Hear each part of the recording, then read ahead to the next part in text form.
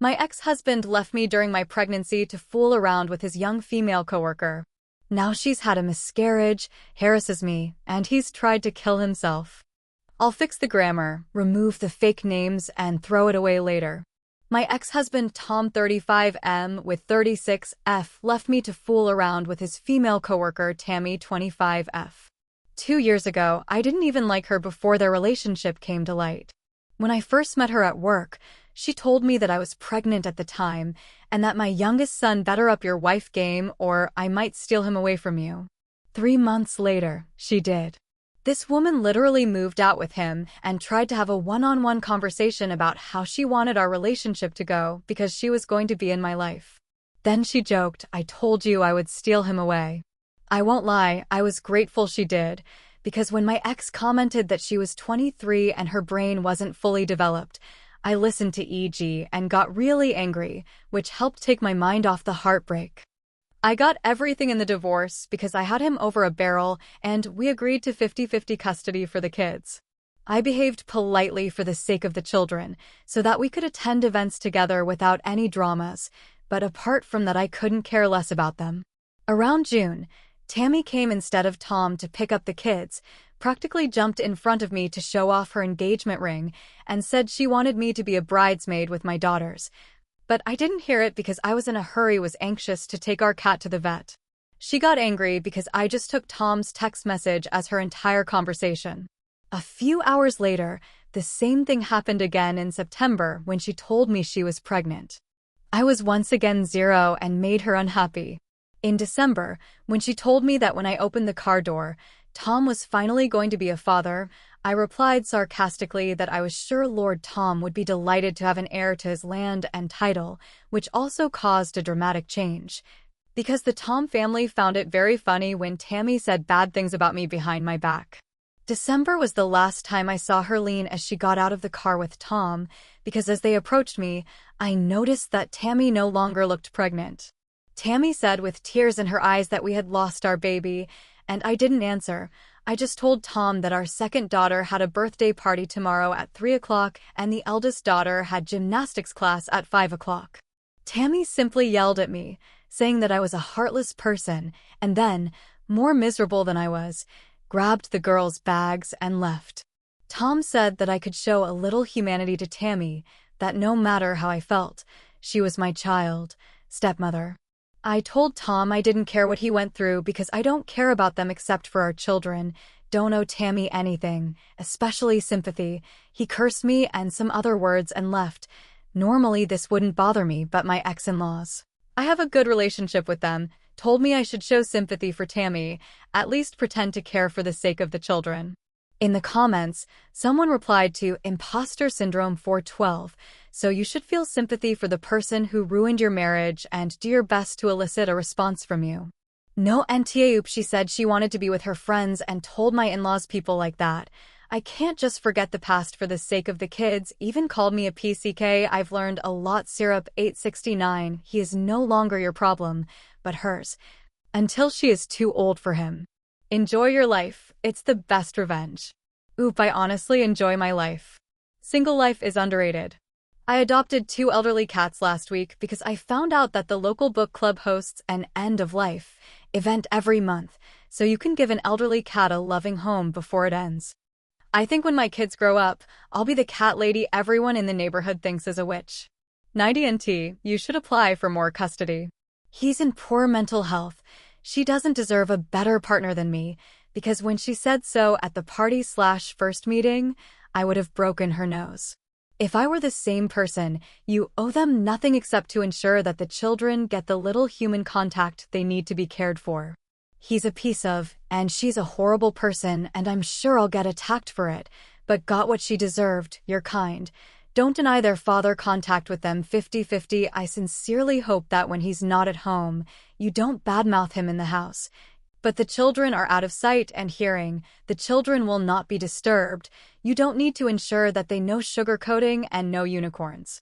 She is a home wrecker, a family destroyer, a self-centered narcissist who has been trying to foist this on you and use your children's emotions and well-being as a shield for herself to escape the consequences. Herb, no, I would never speak ill of him in front of the children. Don't get me wrong, at first I did let them associate with my family and friends, but now I don't care about them anymore. Our oldest is 13, then 12, 7, and 2, so I'll let them form their own opinions as they get older. They'll say Tammy's a great stepmother, and I'm glad the frog says so, but I still don't trust Tammy not to try to poison them against you out of spite. My children are very smart, and my oldest daughter told her father that I have never said anything bad about him to them, so she would not tolerate such a thing and would not tell them anything about me. Tom and Tammy have both asked the children about me many times in the past, and they tried to convince the children that I am a bad person, as my oldest daughter told me during the bridesmaid incident, and her grandmother ex-Mill also told me about it. I told my ex that if this ever happened again, I would take him to court, and his family said they would support me. Update February 3rd, 2024. Due to Tammy's poor mental state, I texted Tom today, and I want him or his mom to take responsibility for picking up and dropping off the kids from now on. If Tammy's mental state gets any worse, I want the girls to work full-time for a few weeks until the kids have a healthier environment. Tom tried to call me, but I texted him. I prefer texting, and he said he wanted to connect heart to heart. Yes, that won't happen. I asked if it involved the girls, but he said yes, but it also involved all of us, and he wanted us to basically have family therapy with himself, me, Tammy, and the kids. I said if he thought the kids needed to see a therapist, I'd be happy to find one we could all agree on, but he kept bringing the conversation back to us. After a few hours, I knew it was hopeless and left him, leaving the children with Reed. I called my ex-husband's parents and told them what had happened and that I didn't want to be involved in anything to do with Tammy and Tom unless my children were involved too. I reminded them that I had made it clear many times that I didn't care and that I just wanted a polite relationship with my children. I told them that although I value the friendship with my ex's family, I will keep a low profile if something similar happens again. Millie apologized, saying that she was emotional because after all, it was her son who was broken-hearted, and the baby was her grandson. I completely understand, and now I forgive her. Things got a little weird next. Tammy appeared at my house. I'd watched enough of the true crime shows to know I shouldn't open the door, so I spoke to her through the SL. She was caught on the doorbell camera. She cried and said she was sorry, that she just wanted to be friends, and then she said I needed to forgive her because she'd lost her baby and that was her punishment for what she'd done to me. She said something else, but I couldn't understand. I called the police, then my brother and Tom came. She wasn't arrested or anything, but Tom spoke to my brother and said he was taking her home and agreed it would be best for them to have my daughters in their care full-time for the time being. My daughters are safe for now, and my brother will be staying with me for the foreseeable future. I will be seeing a lawyer for the first time on Monday to discuss full custody and a restraining order as I have a bad feeling things will get worse before they get better.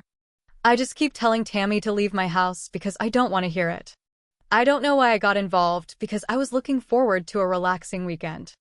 I also want to say to the person in my last post that there is nothing to be jealous of from someone I am jealous of because someone cheated on you. It's not something to be proud of. He is now Tammy's problem. To those who say that I don't care about my ex's life means I haven't forgotten him because I don't want to be friends with him or Tammy, your breakup is in the past. When they say leave them alone, they are not playing hard to get, they really don't want to talk to you. In the comments, the OP replied to do true C. I hope things get better for you, but as you said, I agree with you that things will only get worse. I don't understand what people want you to do. He cheated. You both moved on. Why do you care about his life if it doesn't involve your children? It doesn't involve you. Your happiness trumps anything in his life. They want me to be the bitter evil ex to prove them right, even though I don't feel anything for either of them. It's like if they told me I won the lottery that day, I would react the same way. I have reached a point where I am happy with my life and love it. Maybe they think that since I haven't dated since the divorce, I'm still not moving on. But I'm not dating anyone because I don't want to. Being single is great, so why ruin it? Updated February 5th, 2024. I won't update until all legal issues are resolved, and my mental health needs improving, so it could take 3 to 6 months. I spoke to my lawyer today, and I obviously won't go into detail, but I have plenty of evidence and witnesses, and I have a good chance of getting full custody, but it's only the first day, and it's not even started yet. Tom sexually assaulted me, and thanks to my brother, it didn't go any further, but it was a very traumatic experience for me. I agreed that Tom could visit the kids whenever he wanted, so when he came to the garden with them last night, I went to take a shower, and when I came out of the bathroom, he cornered me and tried to talk to me. I told him that now was not the time and that he either had to go find the girl or leave. He started saying that he made a mistake, that Tammy is crazy and that he wants to come back to us. I told him to get that out of my house, along with Noah. So he started saying things that I can't type and then tried to force himself on me, which I politely refused. Luckily, my brother heard and came running. Unfortunately, the kids heard everything. I was completely stunned when my brother and Tom started fighting, and I tried every means to help resolve the situation. Even when Tom was taken away, I dared not move, unable to face the crying children. That was the moment I was least proud of. I remember that I had previously adopted older cats and installed cameras in public areas of my home so that I could observe them while I was at work. One of the areas was the hallway between my room and the bathroom. I don't know what the future holds for Tom, but I know I will never see him again, even with the supervision of my father and brother, who both work in law enforcement. Tammy has sent hundreds of messages to me and my 2 older children, but I have been unable to get a lawyer to request that she be blocked. My ex-husbands have contacted me and told me they will help me in any way I need. His sisters have disowned him, but this is still very new and they may change their minds. I plan to move when all this settles down so I don't have to see Tammy. Thank you all for your love and support, and I hope I can bring you good news in the future. As for the young men who send messages asking for nude photos or pictures of private parts, thank you for making me laugh, but I will not respond to any more questions about penises. Thanks Oop for replying to the individual non-core 6586. Per boy, I feel sorry for you, you have to put up with all this. I hope the kids didn't see their dad assault their mom's crying face. Good luck, Oop. They didn't see him tell them he was going for a drink, but due to my screaming they came in and saw my brother start to assault their father and call him a rapist amongst other things. Tom tried to wrestle with my brother to fight just to get out of the situation to make it clear that my ex didn't rape me. Personal non-core 6586, it was still pretty scary for the kids. I don't know why your ex thought it was appropriate to come over when he was with the kids. I don't know why he and Tammy were so concerned about me when they should have been seeking comfort from each other. But Tom did say that I never lost any of his children when it happened. Like, if I was honest, he said some creepy things, like I've known since I was 14, like I was watching Tom but not him at the same time, if that makes sense, riding a bike and shouting, "Happy Christmas." I thought the police would intervene because of Tammy, not Tom. I thought Tom would try to get you back when he realized how bad it was to leave you for Tammy, but sexual assault is not the way to make a woman feel like hell. Yes, let's go. You can go home right away. I'm glad your brother was there to rescue you. What the hell was he thinking?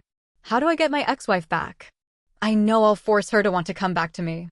Really, Tom, please, don't beat yourself up for being scared, because that's a fairly common reaction to an assault. I'm sorry this happened to you. Please tell me about your pressing charges. I also recommend that you and your daughters receive counseling when you are ready, because this will haunt you all again. I'm sorry he did this to you. Yes, I'm going to sue, and my children will also receive counseling, because my oldest daughter blames herself and now refuses to leave my side. Next story 2. One of my employees had to take 2 days off because his father died a week later. Then his father walked into the store. I'm the manager of a store that is very employee-friendly. As long as it doesn't affect work, we're all part of the Stoner family. We know who can do the job and who can't. One of my employees has a bit of a chronic lying problem. He's a bit of a show-off, always imitating other people. Overall, he's quite a funny guy, but he's a bit of a slacker. One day I called him Scooby-Doo. Scooby was unusually quiet and looked sad and depressed. He worked more slowly than usual, ignored everyone in the otherwise busy kitchen, and was then taken outside, where he told the owner that his father had just died and he was very sad. He told the owner not to tell anyone because he was not the kind of person to spread his emotional baggage around. I gave him a hug and told him to go home and take as long as he needed. A few days later, he came back and everything seemed fine. A few days later, a man came into the shop and asked to see Scooby. I wanted to know if I could see Scooby. That was my son. You were his father? Yes, we looked alike, didn't we? He did look alike, so now we were faced with the situation that the boy was a bit of a liar. I pulled my boss and owner aside and asked him what to do.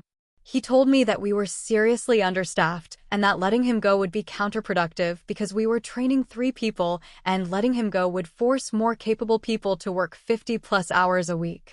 Basically, we only had 2 or 3 people, plus the bosses. He told me not to say anything to Scooby and that he and his wife would handle it. A few weeks went by, and I stopped believing a word that came out of the kid's mouth. Apparently, the bosses had talked to him about his lying, but he didn't really stop lying after that. He took time off because he was vomiting all the time, and once he took 3 consecutive Fridays and 2 Saturdays off. He said he went to the doctor, who said he was allergic to eggs, so he stopped eating them and then he got better. Meanwhile, I occasionally saw him eating the pre-packaged egg sandwiches we prepared for the staff as their lunch.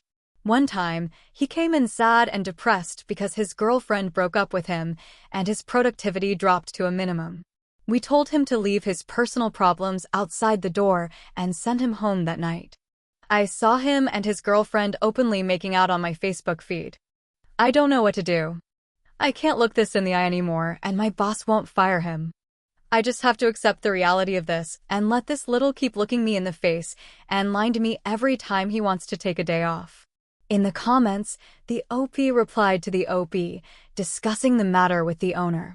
They already know about it, and there's no way they can lie to me again, especially when I find out you're lying. Then my default position when you talk to me is that you're lying, and I'll go back and logically catch people in lies. The kid is already a terrible liar, and when he talks to me, he's talking to the keeper of the truth, not for self-aggrandizement or anything, haha. But the only way it affects the way I work is that I have to cover for him occasionally, but I tell them that if this continues, they'll have to take time off for him. Because I'm tired of working 6 days a week and having to come to the store at 3 a.m. on my day off because the guy's family is dying like flies. I don't know what to do as his boss, and I've been asked if taking time off creates an atmosphere of fear and disapproval.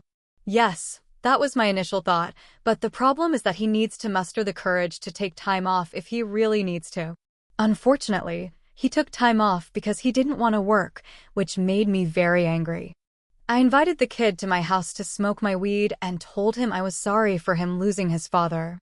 I genuinely felt sorry for him, and then his father walked into the store, and he continued to lie. He told everyone a different story. He told the boss and me that it wasn't actually his father, but his uncle. He sometimes called his father. He admitted it, but when asked, he shut up and then nothing. We called him, and he was silent. Then the next day he lied again, and the same thing happened. We keep embarrassing him because he lies so often. I don't understand why he keeps doing it. There must be some psychological problem. We were asked if we could replace the child. We are doing our best to train these new kids, but time is so tight that we had to get some people to the clothing store at 3 a.m. to try clothes on donuts until it opened. But it's really hard to find someone available at 3 a.m. 3 a.m. to update February 1st, 2015, so it's been about 2 months since I last posted about this, and a lot of crazy stuff has happened, so I'll just jump to the end of the post after everything happened. Everyone just put the dead dad incident behind them. They were angry for a while, but eventually let it go. I was the one who wanted to let it go the most, but in the end I let it go too. In retrospect, I shouldn't have done that because he never admitted his lie and just pretended that it never happened. He tried to make up lies to get out of the holiday shifts over Christmas and New Year, but no one believed him, and he was told that if he didn't turn up for work he would be fired. He came in for the Christmas shift but overslept and missed the New Year's shift. No one cared about the New Year's shift because we didn't end up needing him to work it, and a new guy ended up covering for him, and everyone was mad at him, and he's been on his toes ever since. A few days ago, his girlfriend, who obviously has mental problems, found out that he was hanging out in a car with one of our colleagues, and she completely freaked out and started banging on the window.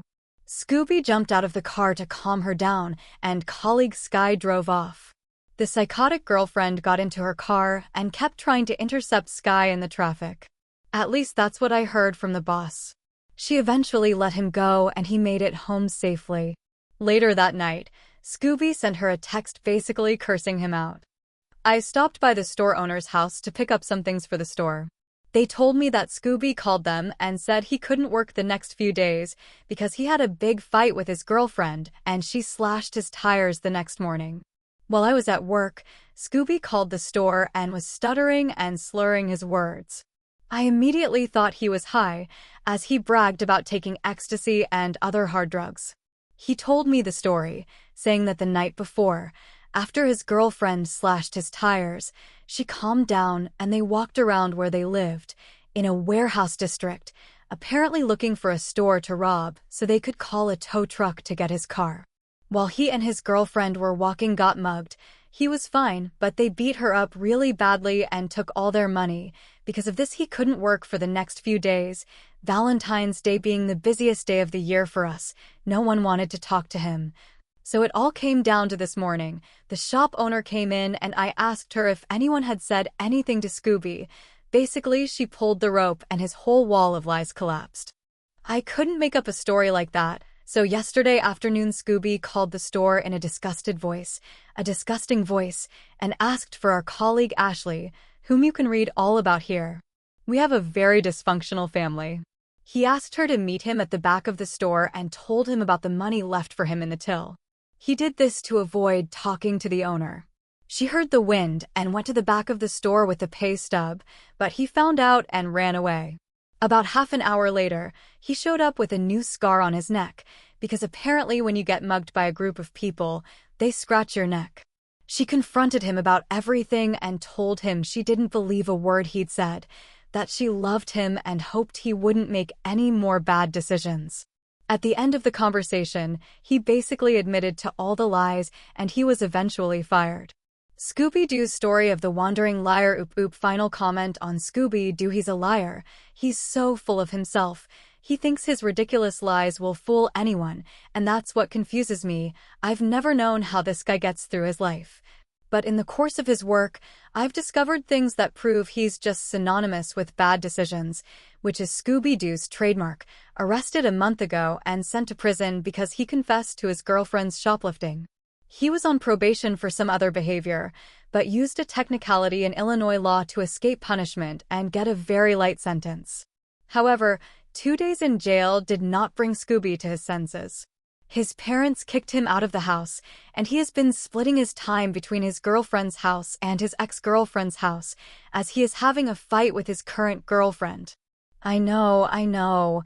It sounds like a bad soap opera, and none of us understand why he got himself into this situation. He needs someone who cares about him to kick his butt, because he is on a very bad path. Scooby-Doo ran away from his owner, and apparently he saw her before she came back, ran behind the wall, around the corner, to his car, and before she came out the back door, she saw him drive off the parking lot in the car with no tires. And he spent hours using this excuse to avoid work. Someone asked why a grocery store would be so busy on Valentine's Day, and who knew that had been the case for the past 2 years, that the store had been open and that people liked to get creative with their Valentine's Day gifts. So they gave donuts instead of flowers and chocolate.